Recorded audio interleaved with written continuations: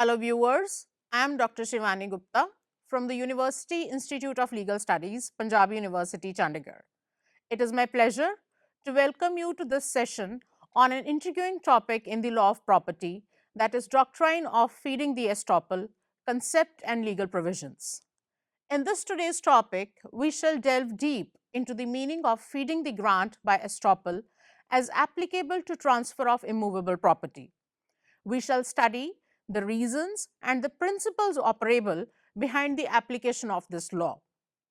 We will study the essentials that need to be fulfilled for the operation of this rule and shall understand varying concepts with the help of relevant illustrations. This topic will help the viewers know their rights better in case of transfers which were intended to be deceitfully or fraudulently effected while gaining monetary benefits. The doctrine of estoppel, as the name suggests, stops a person who had earlier made some statement such that some other person had acted upon it, believing it to be true, from contradicting his that previous statement. It prohibits the statement maker from contradicting, denying, or declaring as false his previous statement. According to this doctrine, when a person has either made an express declaration or asserts something through his acts or omissions and makes another person believe as true what actually may not be, such that the person acts upon that declaration, then the law prohibits him or his representative from denying the truth of that statement at any later stage, in any suit or proceeding. In other words, the doctrine states that if a grantor promises to transfer some interest in a property to a grantee when they were not having that interest at the time of the promise but later acquires it, such interest is to pass to the grantee if the grantee so chooses. This rule was also held in the case of Raja Pakse versus Fernando, 1920. This law is contained under Section 43 of the Transfer of Property Act 1882, hereinafter which shall be referred as the TPA, which reads as, where a person fraudulently or erroneously represents that he is authorized to transfer certain immovable property and professes to transfer such property for consideration, such transfer shall, at the option of the transferee, operate on any interest which the transferor may acquire in such property at any time during which the contract of transfer subsists. It is based upon the principle contained in the common law doctrine of estoppel by deed. It seeks to establish that where an individual voluntarily and knowingly makes promises beyond his ability to perform, then he must fulfill those promises once he becomes capable of performing those. This provision is an exception to the general rule contained under Section 7 of TPA, which declares unauthorized transfers as void. The reason why this principle is known as feeding the grant by estoppel is because it stops the person from denying his earlier statement that he has made regarding fulfillment of some promises against some property which he was not actually in a position to fulfill at the time of that promise because of lack of his rights in that property. In Ram Bhavan Singh versus Jagdish, 1990, it was held that when a person having a limited interest in the property transfers a larger interest to the transferee on a representation and subsequently acquires the larger interest passes to the transferee at the latter's option. Let us try to understand this with the help of an illustration. Mr. Shah owns a residential plot but does not have any such rights over the adjacent plot. He enters into a contract with Mrs. Seth, promising to sell both his plots and the adjacent plot to her for a certain sum of money without mentioning that he was not owning that adjacent plot at the time of the promise. Relying on Mr. Shah's promise, Mrs. Seth pays the agreed amount.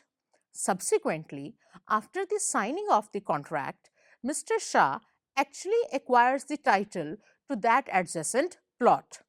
According to this doctrine, once Mr. Shah acquires title to that adjacent plot, that interest passes to Mrs. Seth if she so desires, because Mr. Shah had promised to transfer it to her in their contract.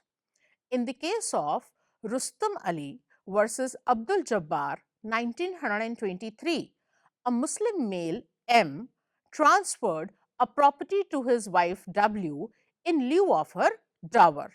The property actually belonged to his sister S. The sister, being the real owner, sold the property to some another person P. M, however, managed to buy back the property from P after some time. The Honorable Calcutta High Court held that W was entitled to the property under the rule of equity. Thus, for the doctrine of feeding of grant by estoppel to apply, it is necessary for the affected party to establish the following points. First is, some promise or representation must have been made by the grantor to transfer the property. Second, at the time of the promise or representation, the grantor must not be having title in that property. Third, the promised title was subsequently acquired by the grantor during the subsistence of the contract. Fourth, the grantee becomes entitled to the title so acquired by the grantor. The ingredients for the application of the doctrine are as under. Let us try to elaborate upon all the essentials that are required for bringing this rule into application. The first one is representation, either deceitful or erroneous. The first and the foremost necessity for the application of this principle is that there must be some representation by the transferor, either in writing or in oral, expressed or implied. It is this representation which the equitable doctrine of estoppel obligates the representer to make good. Such a representation may either be fraudulent or erroneous. It implies that either the transferor intended to make a false representation or that he genuinely believed under some mistaken impression that he had the authority to make such transfer. It can be said that such a fraudulent or erroneous representation is the sine qua non for the application of this rule. Whether the representation is erroneous is a question of fact. It is important to note that before the amendment of 1929, the doctrine was only applicable to erroneous representations but did not extend to fraudulent representations. The rule is equally applicable where the transferor remains silent about his capacity when it was his duty to speak. It is important to note here that the representation may be related to transfer of absolute interest or limited interests, like in case of mortgage, charge, lease, etc. First aspect is transferee acted upon the representation. For the application of this rule, it is necessary that the transferee not only believed in the transferor's representation, but had even acted upon it to complete the transaction. It implies that the representation was such that the transferee was actually misled by that and even acted upon it, believing that the transferor possessed the interests represented by him. The rule shall not apply where the transferee is aware of the defective title of the transferor. The next aspect is involvement of consideration. The option under section 43 is only available where unauthorized transferors made transfers for consideration. That is to say, this section does not apply to gracious transfers or grifts. It is, however, not necessary to show that there was some actual transfer or movement of money from the transferee to the transferor. What is important is that the transfer in essence involved consideration. The next aspect is subsequent acquisition of authority by the transferor. Authority in property may be acquired by the transferor through gift, purchase, inheritance, or any other legal method. It is important to note here that if the transferor does not himself acquire an interest in the property transferred by him, the transferee does not get any remedy under this section. The transfer becomes valid once the title of the transferor becomes perfect and the transferee has exercised his option to that effect. In simple words, the subsequently acquired interest by the transferor does not pass to the transferee automatically, but only when claimed by him. In a very old case, Sayyid Nurul Hussain versus Shio Sahai, 1893, one of the partners in a firm sold firm's property in his right. Subsequently, on the dissolution of the firm, the same property was allotted to him. It was held that the transferee would get the benefit of such an allotment. Similarly, in the case of Muthia Chetiyar versus Doraswamy, 1927, it was held that where property was transferred by an official receiver before it had vested in him, it would be treated as an erroneous representation and purchaser's title would be complete as soon as the property vests in him. Next aspect is subsisting contract of transfer. The transferee can only exercise his option in the property in which the transferor had acquired the interest only till the time the contract of transfer was subsisting.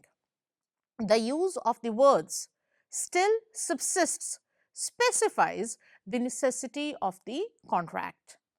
If the contract of transfer is not subsisting for reasons like repudiation or cancellation of transaction, or that the purchase or mortgage money had been recovered back by the transferee, the relation between the transferor and the transferee ceases to exist, and so does the contract.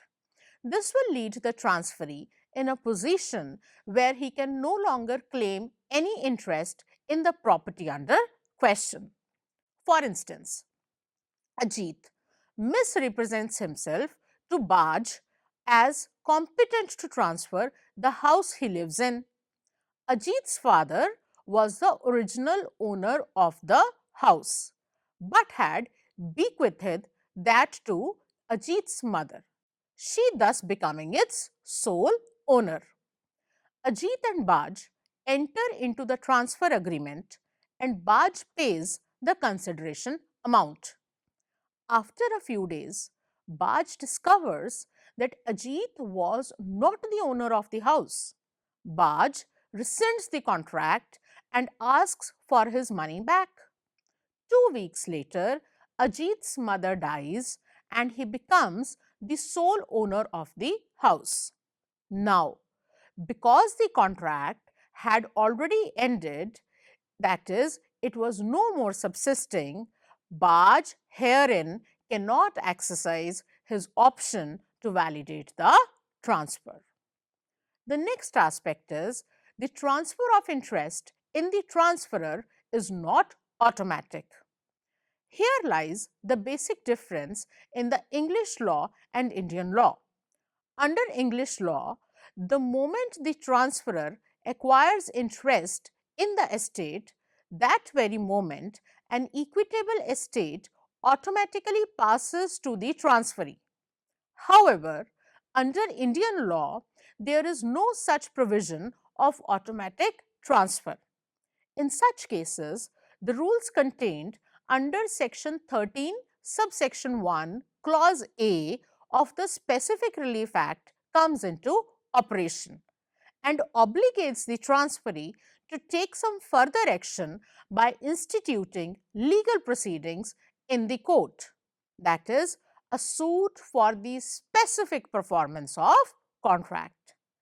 It is to be noted here that if the transferee does not exercise his option in time, his right may get defeated by a subsequent purchase for value even without notice. The next aspect is the property must be same. Another important aspect here is that the application of this provision is very personal in nature and it does not apply against any third person who had acquired interest in that property in his own right. For instance, Ajit sells a shop belonging to his father to Baj. Discovering the fact of Ajit's defective title, Baj still decides to wait. Ajit dies in a car accident after 2 months, remaining the fact that his father was still alive. Later on, Ajit's son inherits that shop as his grandfather's heir. In this case, Baj cannot exercise his option of validating this transfer because Ajit's son is not the transferor but only the successor in interest. Here we have another illustration to understand this very concept in a better way. Let us say Anuj owns 3 properties: a house, a plot, and a shop. His son, of his own will, contracts to sell the shop to Bhim. There was a prior mortgage on this shop for a lifetime by Anuj himself.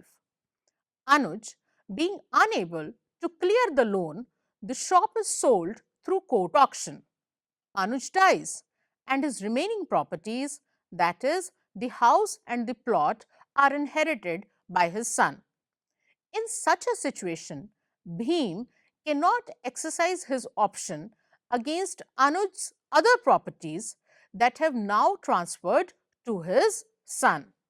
That is, who is the transferor now. Next, we will study what is the relationship between spec successionists and section 43. Spec successionists means mere possibility of succeeding to a property, that is, the mere chance of getting a property in succession. Section 6, subsection A declares that transfer of a spec successionist is void ab initio. The reason is that whether or not the transferor succeeds to the property is merely a chance, hope, or expectancy. Let us try to understand this with the help of an illustration. Shyam is his father's only son. He hopes to succeed to his father's property and contracts with Mohan to transfer a shop to him on the conviction that he would be the shop's future owner and would definitely transfer the shop to Mohan upon his father's death. Shyam's father died after a month and Shyam succeeds to all his father's properties, including that shop. Now, Shyam refuses to make the transfer in Mohan's favor. In this case, Mohan cannot press for the delivery of the shop in his favor because spec successionists are void ab initio and a contract which was void from its very inception, cannot stand. Now, if in this same illustration, after Shyam became the owner of the shop in question, if Mohan indicates his willingness to go ahead with the transfer, and if Shyam refuses to do so, Mohan may file a suit for specific performance of the contract. However, it is important that the following points need to be established. First one, that the transferee was made to act upon the fraudulent or erroneous representation of the transferor. Second, that the transferee believed in the transferor's good title to property and that he is capable of conveying the same. Third, that the contract was subsisting at the time of him attaining competency to transfer. Fourth, the property was available with the transferor, and most importantly, that the transfer was for consideration. In the case of Jama Masjid Markara versus Kodi Manidra Devaiya 1962, a leading case in this context, the court, while drawing a clear distinction between section 6A and 43, laid down that there is no conflict between these two provisions. It was held that a transfer made on a fraudulent representation shall be fastened on the title acquired by the transferor subsequently. The court categorically laid down that to declare that transfers by persons having only spec successionists on the date of the transfer as not covered under the protection of section 43 would amount to destroying the utility of the provision which stands on the foundations of equity. It was held in the case of Kartar Singh versus Harbans Kaur 1994 that in cases where constructive notice can be imputed to convey the existence of defective or lack of title, the plea of fraud or misrepresentation would not be accepted by the court. In the present case, a marginal note on the sale deed stating that the transferor was transferring the minor son's share acting as her guardian was sufficient notice to the buyer, thus debarring him from claiming protection under section 43 of the Act. Now we shall be discussing the instances wherein the doctrine of feeding the grant by estoppel do not apply.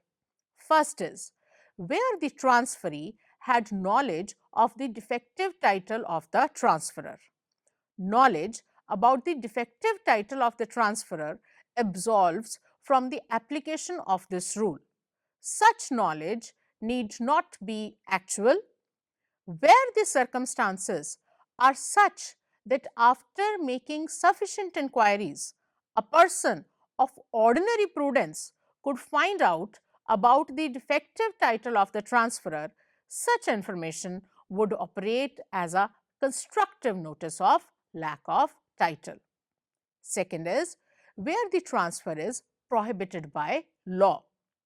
If the transfer is made by a person legally incompetent to contract, like one made by a minor or lunatic, the protection under section 43 is not applicable.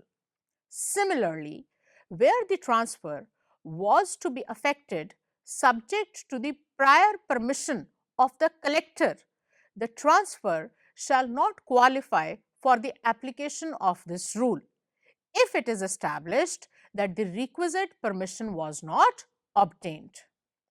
Third, where the object of the transfer is contrary to public policy. Similarly, if the transfer is made for an unlawful or illegal purpose, the protection under section 43 shall not be available. Also, where transfer is being made of a land which has been declared inalienable under a particular statute, this rule shall not apply.